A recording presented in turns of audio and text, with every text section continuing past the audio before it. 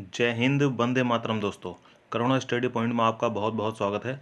आप सभी को शिक्षक शिक्षिका के रूप में देखने के लिए करुणा स्टडी पॉइंट आपको बेहतर कंटेंट उपलब्ध कराता है। चलिए आज का टॉपिक अति लघु प्रश्न साइंस पवन सीरीज स्टार्ट करते हैं।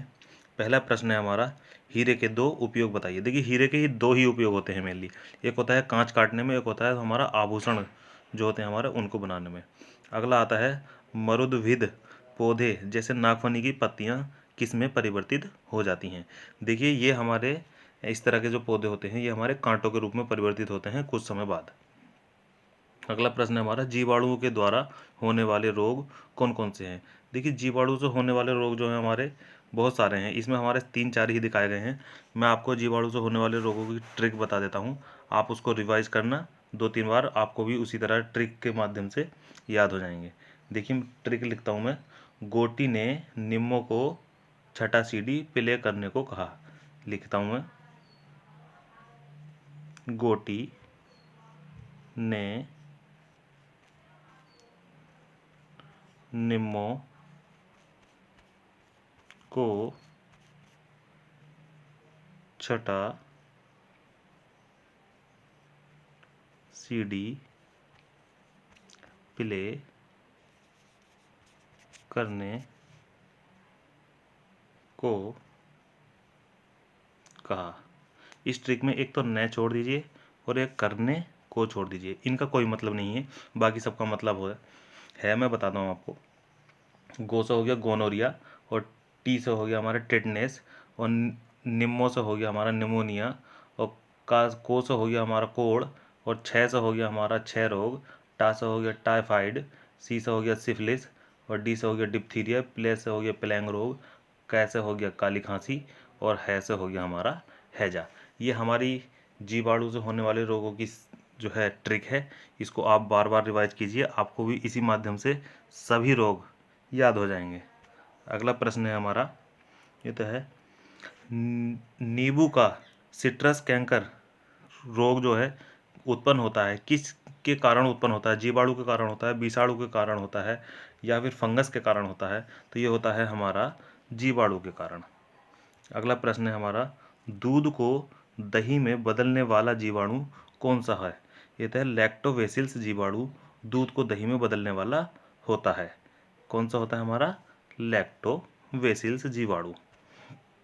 अगला प्रश्न है हमारा, लाभदायक जीवाणुओं के नाम बताइए। राइजोबियम, गैल्यूमिनोसेरम, ये होता है नाइट्रोसोमोनस, एक है नाइट्रोबैक्टरस, एक है लैक्टोबैसिलस। ये हमारे लाभदायक जीवाणुओं के नाम हैं। सूक्ष्म जीवों का अध्ययन विज्ञान के किस शाखा के अंतर्गत आता है। देखिए, ये जो आता है सूक्ष्म जैविक माइक्रोबायोलॉजी के अंतर्गत हमारा आता है। अगला आता है, सूक्ष्म जैविकीय के पिता कौन हैं। तो इसके जो पिता माना गया है, एंटोनी वॉन ल्यूवेनहॉक को सूक्ष्म जैविकीय के पिता माना गया है। अगला प्रश्न है हमारा, विषाणु वायरस से होने वाली बीमारियां कौन कौन सी हैं। देखिए, जिस तरह मैंने जीवाणु का बताया था उसी तरह हमारा विषाणु की भी एक ट्रिक है, जिसके माध्यम से आप बहुत अच्छे से विषाणु से होने वाले रोगों को याद कर सकते हैं। मैं बताता हूँ, उसके माध्यम से आप जो इसमें दिए हैं वो भी, और इससे अलग भी जो बचे हैं वो भी आपको सब याद हो जाएंगे। ट्रिक है, रेखा हमें हिट करके पोइचे छोड़ गई। हमें हिट करके पोइचे छोड़ गई। तो इसमें रे का मतलब है रेबीज, और खा का मतलब है हमारा खसरा, और हा का मतलब है हर्पिस, मेनेजाइटिस, हेपेटाइटिस, और टा का मतलब है हमारा ट्रोकोमा। करके जो हमारा है यहाँ पे, हम इसका कोई मतलब नहीं है। और पो का मतलब है हमारा पोलियो, ए का मतलब है एड्स, ये है चेचक, ये है छोटी माता, और डा से है हमारा डेंगू, और गा से है गल शोधन, और ई से है हमारा इन्फ्लुएंजा। ये हमारे विषाणु से होने वाले रोगों की ट्रिक है। चलिए अगला प्रश्न है हमारा, सरल लोलक के डोरी के प्रभाव की प्रभावी लंबाई L और गुरुत्वीय त्वरण G है, तो इनमें संबंध क्या होता है। देखिए सबसे पहले सरल लोलक हमें पता होना चाहिए। सरल लोलक कोई भी एक इस टाइप की एक धागा है, धागे में कोई भी ये मास M है, M बंधा है, कोई भी मास है M, और यहाँ से यहाँ तक ये डोर है, इसकी लंबाई L है, गुरुत्वीय त्वरण हमारा G लगा हुआ है। तो इस हमारे गुरुत्वीय त्वरण और L में संबंध होता है।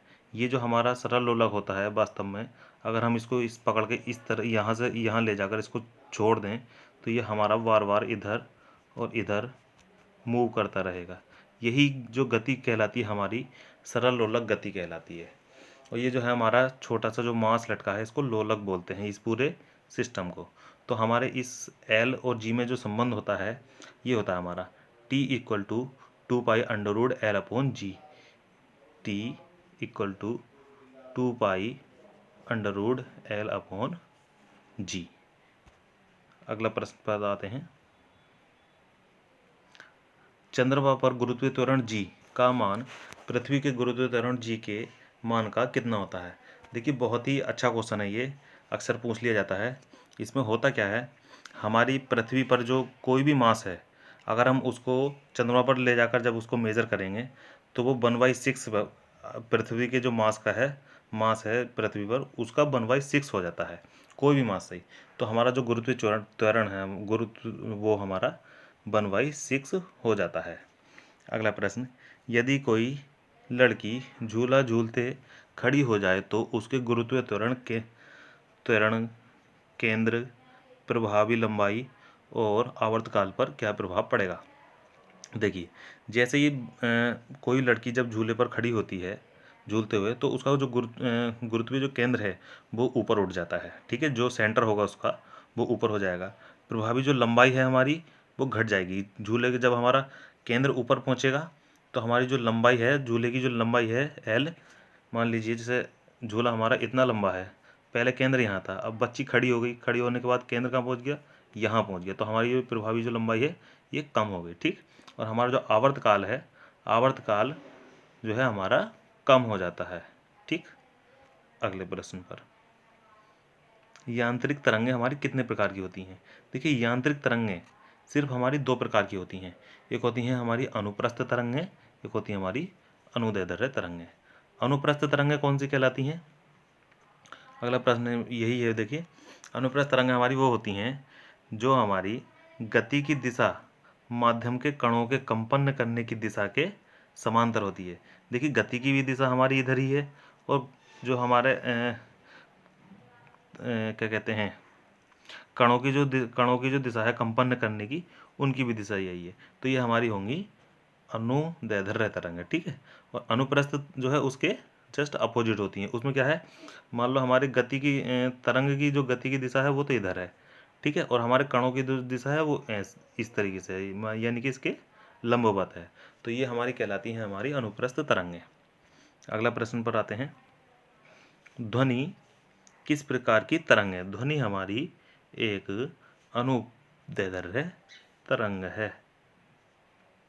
श्रव्य तरंगों की आवृत्ति कितनी होती है। देखिए श्रव्य तरंगों की जो आवृत्ति होती है, ध्यान होना चाहिए, ये हमारा बहुत ही अच्छा क्वेश्चन है जो हमारा अक्सर पूछ लिया जाता है BTC DLED एग्जाम, और हमारे यूपीटेट सीटेट में भी अच्छे से पूछ लिया जाता है। ये है होती हैं हमारी 20 हर्ट्ज से 20,000 हर्ट्ज तक होती हैं। एक आती हैं हमारी पराश्रव्य तरंगें। पराश्रव्य जो तरंगें होती हैं जिनको हम आराम से नहीं सुन सकते, वो हमारी होती हैं पराश्रव्य तरंगें, और इनकी जो आवृत्ति होती है वो 20,000 हर्ट्ज से अधिक होती है। अगला क्वेश्चन आता है हमारा, जीवों के विलुप्तीकरण का कारण बताइए। देखिए जीवों के विलुप्तीकरण का मेन कारण जो है वो हमारा क्या है, जलवायु परिवर्तन। हमारा जो जलवायु परिवर्तन है मेन कारण। वही जीव पृथ्वी पर जीवित रहते हैं जो अपने आप को जलवायु के अनुरूप जो है जलवायु के अनुरूप परिवर्तित कर लेते हैं। यह अगला प्रश्न आता है, कुक्कुटर पालन के अंतर्गत किस जीव का पालन होता है? देखिए इसमें मेनली मुर्गी पालन होता है। क्या होता है? हमारा मुर्गियों का पालन होता है।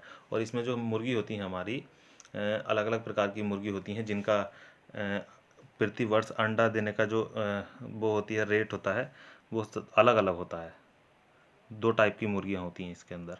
अगला प्रश्न हमारा, हरित क्रांति के जनक कौन हैं? नॉर्मन ई बोरलॉग हरित क्रांति के जनक माने जाते हैं। Norman E Borlaug. ध्वनि के तीव्रता का मापन किस में किया जाता है? ध्वनि की तीव्रता का मापन हमेशा डेसिबल में किया जाता है। प्रतिध्वनि हम किसको कहते हैं? प्रतिध्वनि किसको कहते हैं? प्रतिध्वनि, देखिए जब हम कहीं घूमने जाते हैं, कहीं पहाड़ों पर या कहीं ऐसी जगह पर जाते हैं, कहीं हमने तेज़ी से आवाज़ दी वहाँ पर और हमारी आवाज़ जो है हमें वापस सुनाई देती है। ये क्या है? ये हमारी प्रतिध्वनि होती है एक टाइप की। प्रतिध्वनि वो होती है जो हमारी आवाज़ है, वॉइस है, सामने टकराकर जब हमें दोबारा वापस सुनाई देती है, इसी प्रक्रिया को हम प्रतिध्वनि कहते हैं। तो ये ज़्यादातर जो है हमारा पहाड़ी क्षेत्रों में देखने को मिलता है इस टाइप का प्रतिध्वनि का। अगला प्रश्न है हमारा, मधुमेह यानी कि डायबिटीज़ किस हार्मोन्स की कमी के कारण होता है? देखिए मधुमेह इंसुलिन हार्मोन्स की कमी के कारण हमारा डायबिटीज़ होता है। मधुमेह यानी कि क्या है? मधुमेह क्या है? मधुमेह जो है एक हमारी ऐसी बीमारी है जो हमारी रक्त में जो शर्करा होती है हमारी, इसकी मात्रा को बढ़ा देती है और यह इंसुलिन हार्मोन्स की कमी के कारण होता है। यह हमारा रक्त में शर्करा की मात्रा को संतुलित रखता है। अमोनिया, अनियमित जीवन शैली से कौन कौन सी बीमारियां होती हैं? देखिए अनियमित जीवन शैली का मतलब यह है हमारा खाना पीना और बाकी हमारी शारीरिक एक्सरसाइज ना होना, ये हमारे शारीरिक असंतुलित जीवन का हमारा आधार है। इससे क्या क्या हो सकता है? देखिए हमारे शरीर को मधुमेह रोग हो सकता है, रक्तचाप हो सकता है और दिल की बीमारी भी हो सकती है। मेनली ज़्यादातर जो ये बीमारियां मिलती हैं हमें शहरी लोगों में मिलती हैं, क्योंकि उनके लिए ये जो है आम बात है इस टाइप का। अगला प्रश्न है हमारा, हृदय की बीमारी तथा उच्च रक्तचाप का कारण क्या होता है? ज़्यादा वसा का सेवन करना। जो लोग ज़्यादा वसा का सेवन करते हैं उनको हृदय की बीमारी लगभग हो ही जाती है। अगला प्रश्न है, जीवाणुओं द्वारा होने वाली बीमारियां कौन कौन सी हैं? देखिए जीवाणु द्वारा होने वाली बीमारियां मैं एक बार रिपीट कर देता हूं। वैसे तो मैंने अभी आपको पिछले प्रश्न में ट्रिक द्वारा बताया है, आप उस ट्रिक को एक दो बार रिवीजन कीजिए और आपका जो है जीवाणु विषाणु दोनों बता दिए हैं, दोनों आपके बहुत अच्छे से तैयार हो जाएंगे। क्या होते हैं जीवाणु द्वारा, दोबारा बता देता हूँ एक बार। टिटनेस, हैजा, टाइफाइड, क्षय रोग, डिप्थीरिया, प्लेग रोग, काली खांसी, निमोनिया, कोड़, गोनोरिया और सिल्फिस, ये हमारे जीवाणु द्वारा होने वाले रोग हैं। आवर्तकाल, अगला प्रश्न है, आवर्तकाल क्या होता है?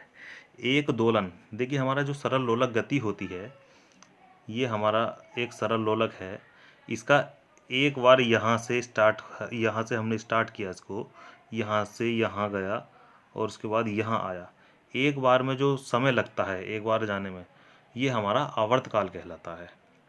ठीक है, आवर्तकाल और आवृत्ति जो है इसका हमारा इन्वर्सली प्रोपोर्शनल का संबंध होता है। देखिए आवृत्ति जो होती है उसे एन से डिनोट करते हैं और आवर्तकाल जो है उसको टी से डिनोट करते हैं, और इनका जो संबंध होता है इन्वर्सली प्रोपोर्शनल का होता है। ये हो गया आवृत्ति और ये हो गया हमारा आवर्तकाल। आते हैं अगले प्रश्न पर, अपश्रव्य और पराश्रव्य तरंगों में क्या अंतर होता है? देखिए 20 हर्ट्ज से कम की जो आवृत्ति वाली तरंगें होती हैं वे हमारी अपश्रव्य तरंगें कहलाती हैं, अपश्रव्य तरंगें।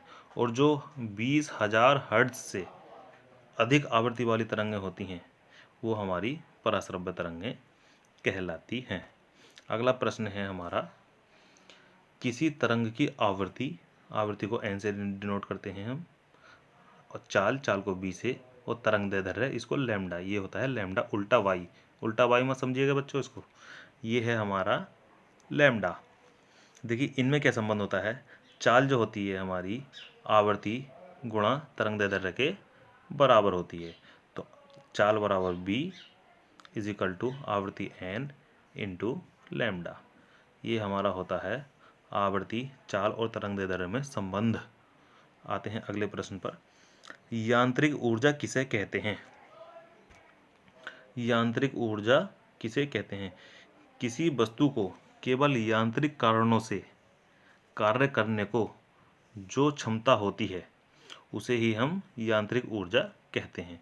यानी कि फिजिकली वर्क जहाँ होता है वो हमारी यांत्रिक ऊर्जा कहलाती है। अगला प्रश्न है हमारा, प्रतिध्वनि सुनाई देने के लिए ध्वनि उत्पादन एवं अपवर्तन तल के बीच न्यूनतम दूरी कितनी होनी चाहिए? इसकी देखिए स्टैंडर्ड फॉर्म है, ये हमारा 16.6 मीटर लगभग मीटर होनी चाहिए। अगला प्रश्न है हमारा, सिराएं हमारी क्या हैं? देखिए सिराएं जो होती हैं एक नलियों जैसे, ये मान के चलिए जैसे पाइप होता है जो कि हमारा शरीर में रक्त को एक स्थान से दूसरे स्थान ले जाने के लिए हमारा कार्य करता है। ठीक है, ये हमारी सिराएं कहलाती हैं। अगला आता है, प्रतिवर्ती क्रिया के 2 उदाहरण बताइए। प्रतिवर्ती क्रिया क्या होता है? इंग्लिश में कहते हैं इसको एक्शन रिएक्शन फोर्स। मतलब मान लीजिए जैसे तुमने कहीं बंदूक की गोली अगर चलाई हो, आई होप, तो बंदूक की गोली में होता क्या है, जैसे हम बंदूक की गोली जब छोड़ते हैं, बंदूक चलाते हैं, तो बंदूक पे हमें फोर्स लगाना पड़ता है, क्योंकि जितना फोर्स बंदूक की गोली आगे लगाती है उतना ही फोर्स हमारे पीछे की साइड में उसको लगाती है बंदूक, इतना ही फोर्स हमें बंदूक पर लगाना पड़ता है। तो यही हमारी प्रतिवर्ती क्रिया होती है, यानी कि जितना फोर्स कोई भी चीज़ हम पर लगाएगी हमें भी उतना ही फोर्स उस पर लगाना पड़ेगा, ये होता है प्रतिवर्ती क्रिया। तो इसके 2 उदाहरण है, एक है बंदूक की गोली है, किसी को हम मान लीजिए थप्पड़ मारते हैं या चाटा मारते हैं तो जितनी चोट उसको लगती है इतनी हमें लगती है, ये भी प्रतिवर्ती क्रिया का एक उदाहरण है। एक और उदाहरण है, नाव से बाहर निकलते समय नाव का पीछे जाना। आप कभी नाव से उतरिएगा तो नाव जो है पीछे जाती है, क्योंकि हम जितना फोर्स हम बाहर नाव पर पैर रख कर उस पर आगे के लिए धक्का देते हैं अपने आप को, उतना ही फोर्स हमारा पीछे साइड में नाव पर लगता है। तो ये हमारे प्रतिवर्ती क्रिया के एग्जाम्पल हुए। अगला प्रश्न है हमारा, अपश्रव्य तरंगों की आवृत्ति बताइए। देखिए अपश्रव्य तरंगों की आवृत्ति हमारी 20 हर्ट्ज से नीचे होती है। अगला प्रश्न, किस प्रकार के तरंगों को हमारे कान जो है सुन सकते हैं? देखिए श्रव्य तरंगें जितनी भी होती हैं हमारी 20 से 20,000 हर्ट्ज के बीच में, उनको हम सुन सकते हैं और उनको हम क्या कहते हैं? हम श्रव्य तरंगें उनको कहते हैं। अगला प्रश्न है हमारा, किस प्रकार के तरंगों को कुत्ता, बिल्ली, चमगादड़ आदि सुन सकते हैं? देखिए पराश्रव्य तरंगें जो होती हैं हमारी पराश्रव्य तरंगें, इनको कुत्ता, बिल्ली, चमगादड़ सुन सकते हैं। अगला प्रश्न आता है हमारा, कहता है किस पदार्थ के तरंग का संचरण होते समय पदार्थ के कण किस प्रकार की गति करते हैं? देखिए ये जो करते हैं ना हमारी सरल लोलक गति करते हैं, सरल आवर्त गति बताया था अभी आपको, ये सरल आवर्त गति करते हैं। अगला प्रश्न है, एक कंपन में चली गई दूरी को क्या कहते हैं? एक कंपन में चली गई दूरी को तरंग दैर्ध्य कहते हैं। तरंग दैर्ध्य इसको लैम्डा से प्रदर्शित करते हैं। अगला प्रश्न है हमारा 42, वस्तु में कंपन के अधिकतम विस्थापन को क्या कहते हैं? देखिए वस्तु में अधिकतम विस्थापन जो होता है, ये मान लीजिए ये हमारा सरल आवर्त गति का वो रहा, अधिकतम विस्थापन मान लीजिए हमारा सरल लोलक यहाँ तक गया और यहाँ से यहाँ तक गया, मैक्सिमम यहाँ तक गया। ठीक है, तो मैक्सिमम यहाँ तक ये जो क्या इसको क्या माना जाता है? इसका आयाम माना जाता है। ठीक, मैक्सिमम से मैक्सिमम जहाँ तक जा पाएगा ये जा पाया यहाँ तक, तो ये हमारा क्या हुआ? आयाम हुआ। अगला प्रश्न आता है, 1 सेकंड में कंपन की संख्या को क्या कहते हैं? 1 सेकंड में कंपन की जो संख्या होती है उसी को हम आवर्ती कहते हैं, जिसको n से डिनोट करते हैं। एक कंपन में लगे समय को क्या कहते हैं? आवर्तकाल कहते हैं। आवर्तकाल कहते हैं। एक कंपन में लगे समय को आवर्तकाल कहते हैं।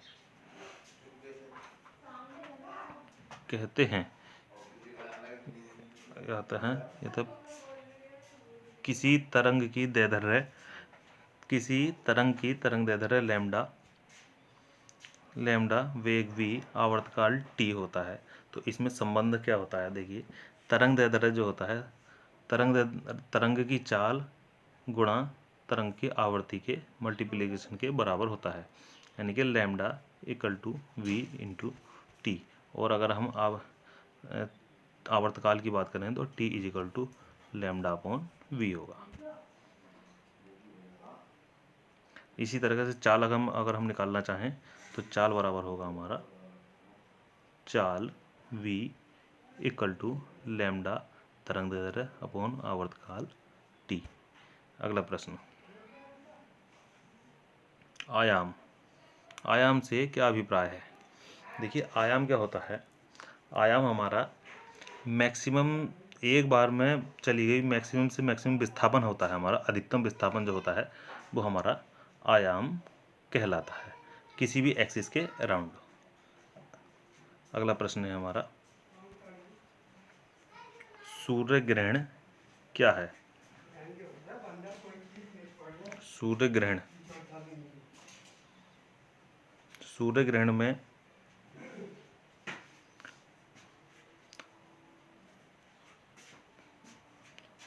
सूर्य और पृथ्वी के बीच, ये रहा सूर्य,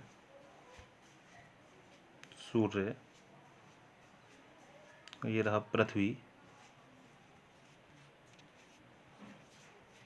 इनके बीच में जब चंद्रमा आ जाता है और चंद्रमा की परछाई जब पृथ्वी पर पड़ती है तो ये हमारा सूर्य ग्रहण कहलाता है। आइए अब देखते हैं। पृथ्वी सूर्य के चारों ओर चक्कर लगाती है और चंद्रमा पृथ्वी के चारों ओर चक्कर लगाता है। इस क्रम में जब सूर्य, चंद्रमा और पृथ्वी के एक सीधी रेखा में आ जाते हैं, इस प्रकार जब सूर्य और पृथ्वी के बीच चंद्रमा होता है तब चंद्रमा की परछाई पृथ्वी पर बनती है। पृथ्वी के इस प्रकार के सूर्य दिखाई नहीं देता पृथ्वी से और अंधेरा हो जाता है। इस घटना को सूर्य ग्रहण कहा जाता है और इसको अमावस्या भी कहा जाता है।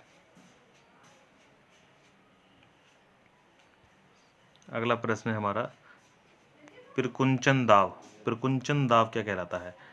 प्रकुंचन जो है हमारा, हृदय प्रकुंचन के समय यह दाब अधिक होता है। हृदय की गति के कारण ये दाब जो है हमारा दो टाइप का होता है, एक होता है प्रकुंचन दाब, एक होता है शिथिलन दाब।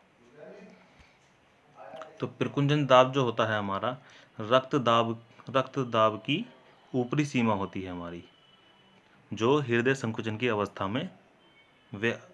को व्यक्त करती है। अगला होता है हमारा शिथिलन दाब। यह रक्त दाब की निचली सीमा है जो हृदय शिथिलन की अवस्था व्यक्त करती है। अगला प्रश्न आता है हमारा,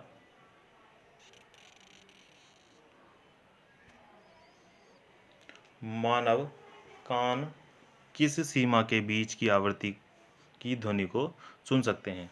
ये बताया अभी पिछले प्रश्न में भी बताया, इसको 20 हर्ट्ज से 20,000 हर्ट्ज की आवृत्ति को हम सुन सकते हैं।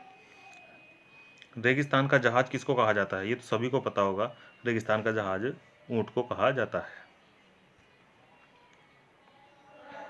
अगला प्रश्न है हमारा, जीवाणु से प्राप्त होने वाली 2 प्रतिजैविक जो दवाएं हैं उनका नाम बताइए। देखिए, इनके नाम क्या हैं? इरिथ्रोमाइसिन और अगला है नियोमाइसिन। अगला प्रश्न है हमारा, आदर्श रक्तदाब कितना होता है और रक्त दाब मापक यंत्र का नाम भी बताइए। देखिए आदर्श जो रक्त दाब होता है हमारा 120/80 mm ऑफ Hg होता है, ठीक। और जो हमारा रक्त दाबने का यंत्र होता है इसको हम स्फेग्मोमीटर कहते हैं। अगला प्रश्न आता है हमारा, मानव की श्रवण क्षमता किस आवृत्ति तक सुग्रहण है। मानव की 20 से 20,000 हर्ट्ज तक मानव जो है सुन सकता है। अगला प्रश्न आता है, क्या कारण है कि किसी गुब्बारे को उसमें वायु से हल्की गैस भरकर छोड़ने पर वह ऊपर उड़ जाता है। देखिए इसमें मेनली जो कारण है उसका गैस के घनत्व का कारण है। जो गैस हम भरते हैं उसका घनत्व हमारे एटमॉस्फेयर की जो गैस होता है उससे कम होता है, जिससे जो गुब्बारे के अंदर जो भरी गैस है बाहर वाली गैस से हल्की होने के कारण वह ऊपर तैरने लगती है, जिससे हमारा गुब्बारा ऊपर चला जाता है। अगला प्रश्न आता है, निकट दृष्टि दोष दूर करने के लिए चश्मे में कौन से लेंस का प्रयोग किया जाता है। देखिए मेनली दो दोष होते हैं हमारे, एक होता है निकट दृष्टि दोष, एक होता है हमारा दूर दृष्टि दोष। तो निकट दृष्टि दोष जो होता है वो हमारा अवतल लेंस लगाकर इसको दूर किया जा सकता है, ठीक है। ये दूर की वस्तु देखने के लिए हमारा काम आता है। और ये जो होता है कॉनकेव, इसकी जो अवतल लेंस जो होता है हमारा इस टाइप का होता है। ये रहा हमारा अवतल लेंस। एक होता है हमारा दूरदृष्टि दोष। तो उसका निवारण क्या है हमारा, उस दोष को दूर किस तरीके से किया जा सकता है, उत्तल लेंस द्वारा। तो उत्तल लेंस किस टाइप का होता है हमारा, ये रहा उत्तल लेंस। ये हमारा कॉनकेव, ये हमारा कॉन्वेक्स लेंस होता है। ये हमारा दूरदृष्टि दोष दूर करने के लिए, और अवतल लेंस जो है हमारा निकट दृष्टि दोष दूर करने के लिए यूज होता है। अगला आता है, नवीकरणीय ऊर्जा किसे कहते हैं। देखिए नवीकरणीय ऊर्जा यह कभी खत्म न होने वाली ऊर्जा होती है और इसे अन्य ऊर्जाओं में परिवर्तित किया जा सकता है, जैसे हमारी पवन ऊर्जा। ये हमारी नवीकरणीय ऊर्जा कहलाती हैं। अगला प्रश्न आता है हमारा, रासायनिक परिवर्तन किसे कहते हैं। देखिए रासायनिक परिवर्तन जो है हमारे वो होते हैं जैसे दूध का दही बनना, ये हमारा रासायनिक परिवर्तन में आता है। अगला प्रश्न आता है हमारा, रसोई घर में प्रयोग होने वाले द्रवित पेट्रोलियम गैस के रिसाव का पता लगाने के लिए उसमें मिलाए जाने वाले पदार्थ का नाम बताइए। देखिए रसोई की जो गैस होती है वास्तव में वो ब्यूटेन और प्रोपेन का मिश्रण होती है, ठीक। लेकिन ये गंधहीन होती है। होती है तो इसमें हम गंधहीन होने के बावजूद इसमें हम ऐसा कुछ मिलाएंगे जिससे हमें पता चल जाए कि हमारे घर में गैस का रिसाव हो रहा है या नहीं, ठीक है।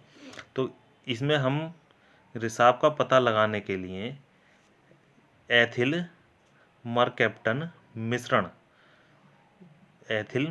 मिश्रण जो है इसको ब्यूटेन और प्रोपेन में मिला दिया जाता है, जिससे हमारे घर में अभी अगर कभी रिसाव होता भी है तो उसकी गंध सूंघकर हमें पता चल जाता है कि हमारे जो है घर में गैस का रिसाव हो रहा है।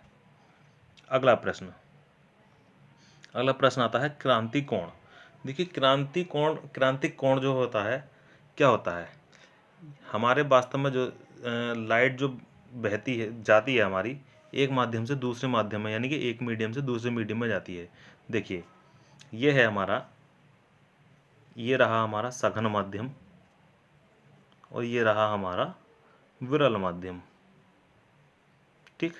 अब मान लीजिए एक प्रकाश की किरण है वो यहाँ से आ रही है, इधर आ रही है, और ये हमारा आने का कोण आई, इसको कहेंगे हम आपतित कोण, ठीक है। इसको कहेंगे हम आपतित कोण। और उसके बाद जब ये सघन माध्यम से विरल माध्यम में जाएगी तो ये यहाँ से थोड़ा सा रिफ्लेक्ट हो जाएगी, यानी कि जिस एंगल से आई उससे थोड़ा ज़्यादा, ये इसको कहेंगे आर। और ये जो होगा हमारा परावर्तित कोण होगा। क्या होगा, परावर्तित कोण, परावर्तित कोण होगा। ठीक है, अब एक सिचुएशन ऐसी आएगी, मान लीजिए ये जो आने वाली कोण है, आने वाला कोण है, और ये जो हमारा उसके बाद विरल माध्यम में पहुंचने के बाद जो आर है, आर आर हमारा बढ़ते बढ़ते 90 डिग्री की पोजीशन पर पहुंच जाएगा। जैसे देखिए ये रहा हमारा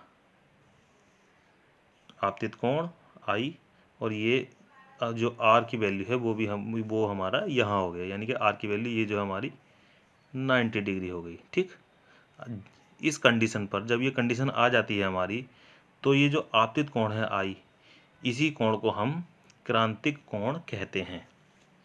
इसी कोण को, ये जो कोण है हमारा, इसी को हम क्रांतिक कोण कहते हैं। ठीक, उम्मीद है आपको समझ में आया होगा क्रांतिक कोण। अगला प्रश्न है हमारा,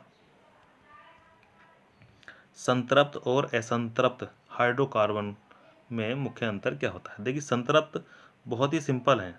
संतृप्त में क्या होता है, सिंगल बॉन्ड होता है, यानी कि एकल बंध उपलब्ध होता है, जैसे CH4 मेथेन। ठीक है, CH4 में सभी तरफ हम देखेंगे तो इधर ये जितने भी हैं हमारे सब सिंगल बॉन्ड से कनेक्टेड हैं। तो इस तरीके के जो होते हैं ये हमारे संतृप्त हाइड्रोकार्बन होते हैं। और असंतृप्त हाइड्रोकार्बन में क्या होता है, इसमें हमारा डबल बॉन्ड या ट्रिपल बॉन्ड हमारा हो सकता है। जैसे हमारा ये रहा डबल बॉन्ड, ये रहा हमारा डबल बॉन्ड। कहीं भी अगर इस तरीके का दिखता है डबल या ट्रिपल बॉन्ड, डबल बॉन्ड या ट्रिपल बॉन्ड, तो वहाँ हमारा असंतृप्त हाइड्रोकार्बन कहलाता है। अगला प्रश्न आता है, किन्हीं दो खाने वाले अर्थात सब्जी के रूप में प्रयोग किए जाने वाले कवक का नाम बताइए। यह कैथेरेलस और मशरूम, ये हमारे दो कवक के रूप में होते हैं और जिन्हें हम खाने के रूप में भी प्रयोग कर सकते हैं। वर्ण विक्षेपण, देखिए वर्ण विक्षेपण कलर से रिलेटिव टॉपिक है। इसमें होता क्या है, हमारे प्रकाश लाइट की किरण जो होती है वो हमारा एक किसी प्रिज्म से गुजरती है, और श्वेत किरण जो होती है, और वो प्रिज्म से गुजरने के बाद अलग अलग रंगों में डिवाइड हो जाती है। जैसे देखिए आपको मैं बनाकर दिखाता हूँ, ये रहा हमारा प्रिज्म, ठीक है, प्रिज्म, और ये हमारी कोई इस टाइप इधर से श्वेत किरण आ रही है, श्वेत किरण। अब ये जैसे ही हमारे इस प्रिज्म पर पहुंचती है तो ये हमारे कई कलरों में डिवाइड हो जाती है, जैसे ये। ठीक, और ये जो डिवाइड होती है ये एक पर्दे पर जाकर, ये एक पर्दा है, इस पर जाकर मिलती है, और ये जो है इस तरीके से वर्ण विक्षेपण होता है। VIVOR,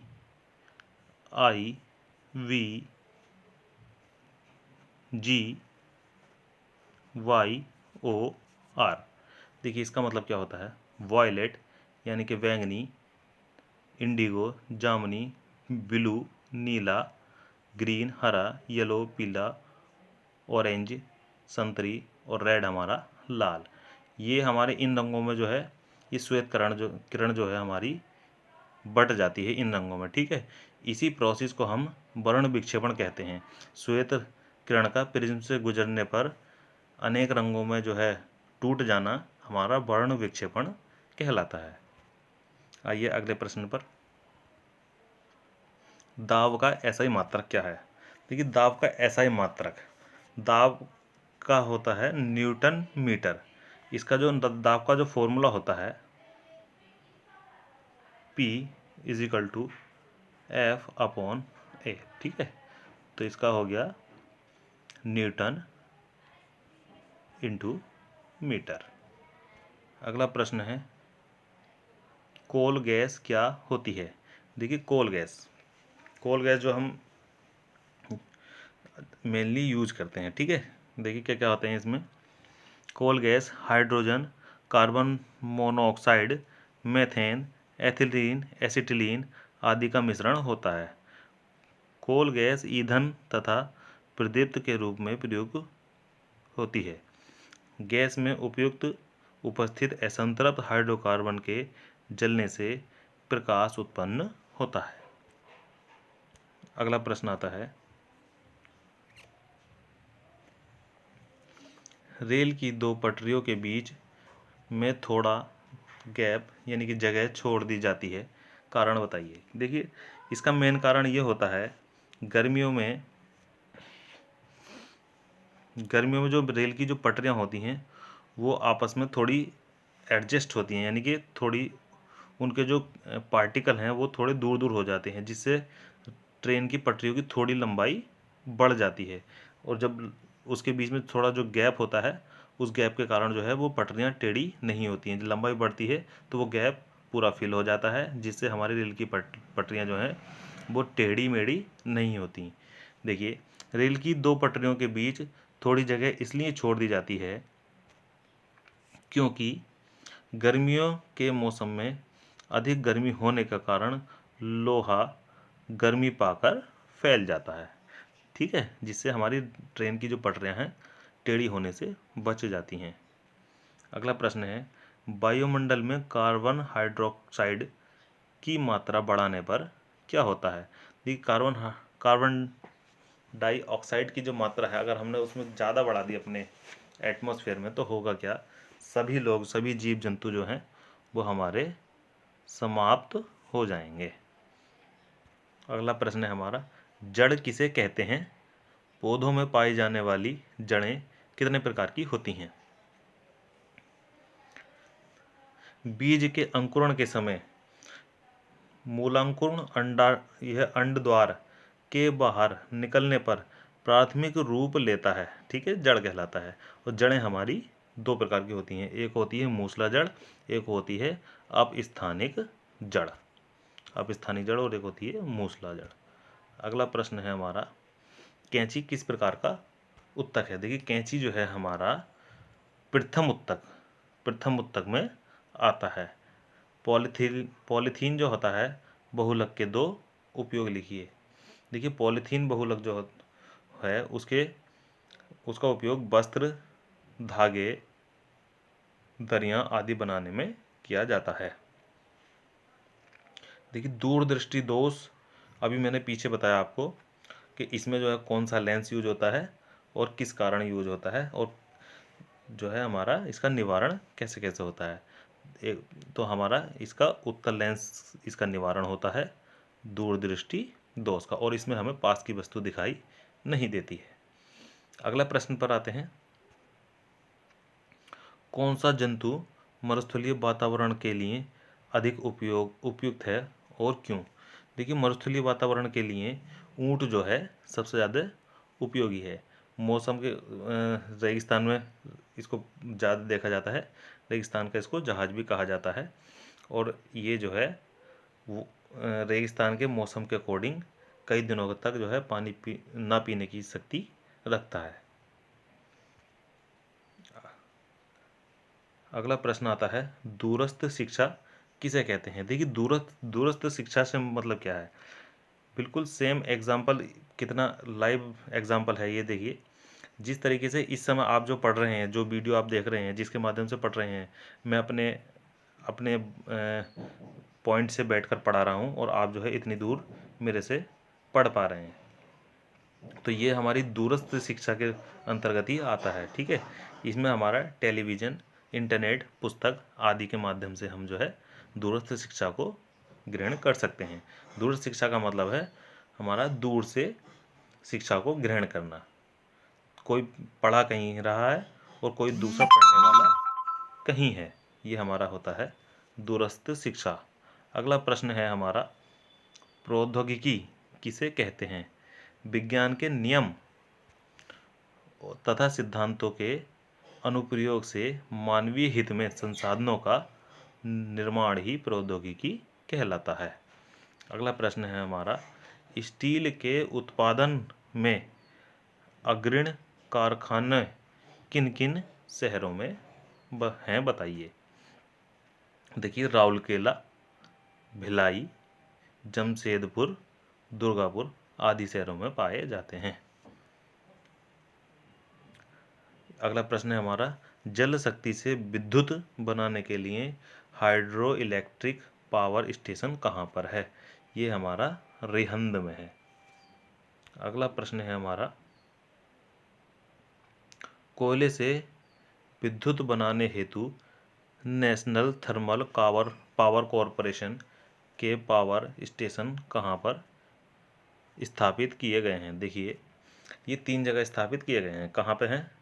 एक है अनपरा, अगला है पनकी और अगला है ओबरा। ये 3 जगह जो है थर्मल पावर कॉरपोरेशन के पावर प्लांट स्थापित किए गए हैं। अगला प्रश्न है हमारा, नाभिकीय ऊर्जा से विद्युत ऊर्जा के उत्पादन हेतु एटॉमिक पावर स्टेशन कहाँ पर स्थापित किए गए हैं? ये वाले जो स्टेशन हैं कौन से हैं हमारे? Atomic power station. कहाँ पे हैं हमारे? नरोरा में है, राणा सांगा में है, कलपक्कम में है और अगला है ट्राम्बे। ये हमारे जो हैं एटॉमिक पावर स्टेशन हैं। अगला प्रश्न है हमारा, हरित क्रांति किसे कहते हैं? देखिए, हरित क्रांति से रिलेटिव है, हमारे खेती बाड़ी से रिलेटिव है हरित क्रांति। खेती की उपज बढ़ाने के लिए, हमारी सिंचाई में सुविधा बढ़ाने के लिए, हमारी पैदावार ज़्यादा करने के लिए जितने भी हमारे प्रयास किए गए, ये हमारे हरित क्रांति के अंतर्गत किए गए। यही हरित क्रांति का उद्देश्य जो है हमारा, ज़्यादा पैदावार किसानों को कार्य करने में आसानी देना है। ठीक है। आधुनिक कृषि उपकरणों, उन्नतिशील बीजों, उर्वरक एवं पर्याप्त सिंचाई के साधनों द्वारा कृषि उपज में अशासित वृद्धि को हरित क्रांति कहा जाता है। आते हैं अगले प्रश्न पर। अगला प्रश्न है हमारा, कुक्कुट पालन के विषय में आप क्या जानते हैं? देखिए, कुक्कुट पालन होता क्या है? कुक्कुट पालन में मुर्गियों का पालन किया जाता है, मुर्गी पालन किया जाता है। इसमें संतुलित आहार दिए जाते हैं मुर्गियों को। यह है सामयिक टीकाकरण अच्छी प्रजातियों की मुर्गियों से यह किया जाता है। अब इसमें क्या है, इसमें कई प्रकार की मुर्गियां होती हैं। एक होती है ब्रायलर जिसमें जो है ये प्रति वर्ष जो है 100 से 150 अंडे देती है। एक होती है वाइट हॉर्न मुर्गी। क्या है ये? जो है 256 से 285 अंडे प्रति वर्ष देती है। ये 2 प्रकार की मुर्गियां इसमें कुक्कुट पालन में यूज़ होती हैं। चलिए दोस्तों, ये हमारा सेशन कैसा लगा आप कमेंट में ज़रूर बताइए। और मेरा मानना है, देखिए, सतत प्रयास जो है हमारा एकमात्र फॉर्मूला है जिसके माध्यम से जो है हम हर सफलता को आसानी से प्राप्त कर सकते हैं। वीडियो के माध्यम से कंटेंट देना हमारा कर्तव्य है। वीडियो को लाइक, शेयर और सब्सक्राइब करना आपका कर्तव्य है। चलिए, चैनल को सब्सक्राइब कीजिए और अपना तैयारी को बेहतर रखने के लिए चैनल से जुड़े रहिए। मिलते हैं, तब तक के लिए धन्यवाद। जय हिंद, वंदे मातरम। मिलते हैं नेक्स्ट वीडियो में।